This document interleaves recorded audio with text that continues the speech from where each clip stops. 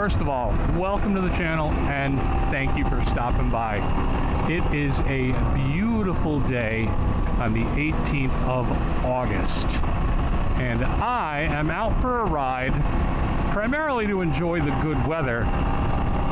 Also, though, to start running the bike in. It has been, until a few days ago, over 90 every single day.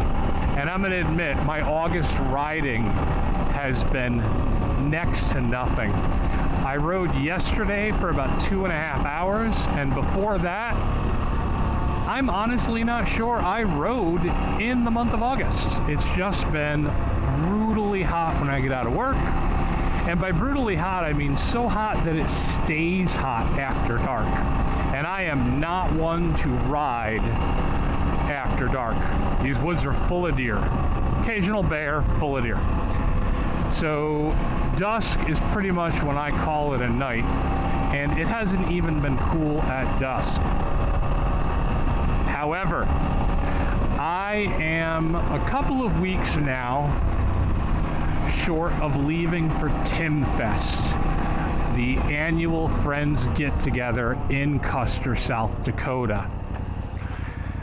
For those of you new to the channel, it's something we do every year. We gather from Tennessee, South Carolina, Washington, Oregon, multiple in New York. I believe Zach is somewhere in the Midwest. I'm not even sure which state he's living in right now.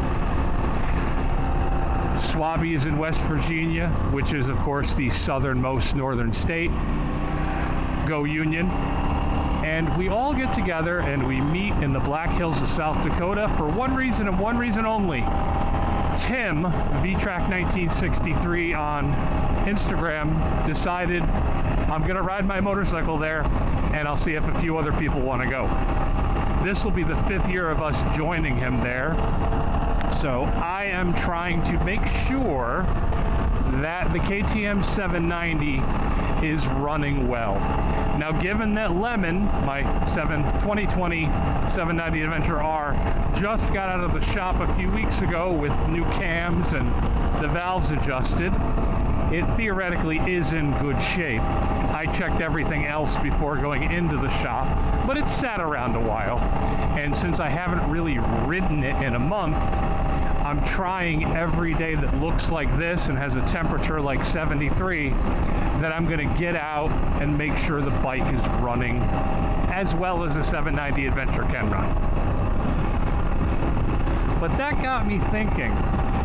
So I'm making sure the bike is okay, and that's number one. I'm thinking, what do I need to check before making a long journey? And this will be a relatively long journey. I'm in upstate New York, but I am swinging by Tennessee to pick up Patrick for Moto Ramblings. That is about 840 miles. Patrick and I will then be heading out west to hopefully see somebody. That is 1,950 miles. We're then going to head north up to Moab.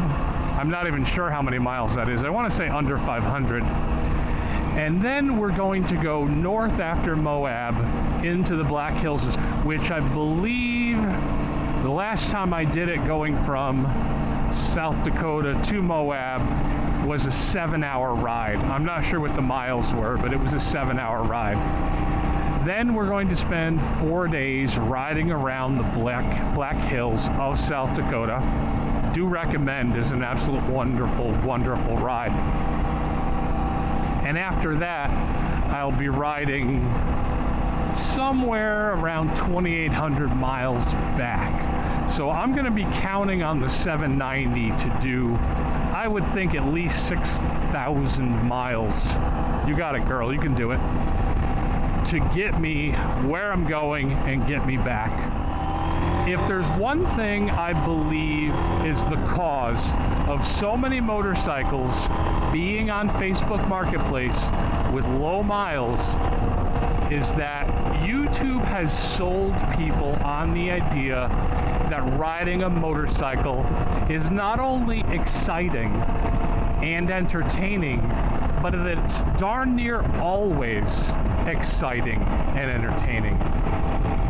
And if you pick and choose when you ride and where you ride, and you're able to avoid bad weather and avoid traffic and avoid going on the highway, you might be able to make that a reality.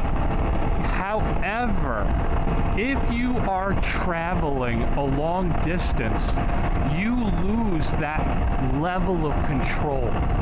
You are now behind cars you don't want to be behind. You are now going to be subjected to weather you do not enjoy riding in. And perhaps most importantly, you are not going to be able to end your ride realistically when you're tired of riding. So when you are going on a trip 1,000, 2,000, 3,000, 6,000 miles, a lot of it, I'm not going to say most of it, but a lot of it is not going to be spent having a fun ride. You're not going to enjoy a lot of that ride.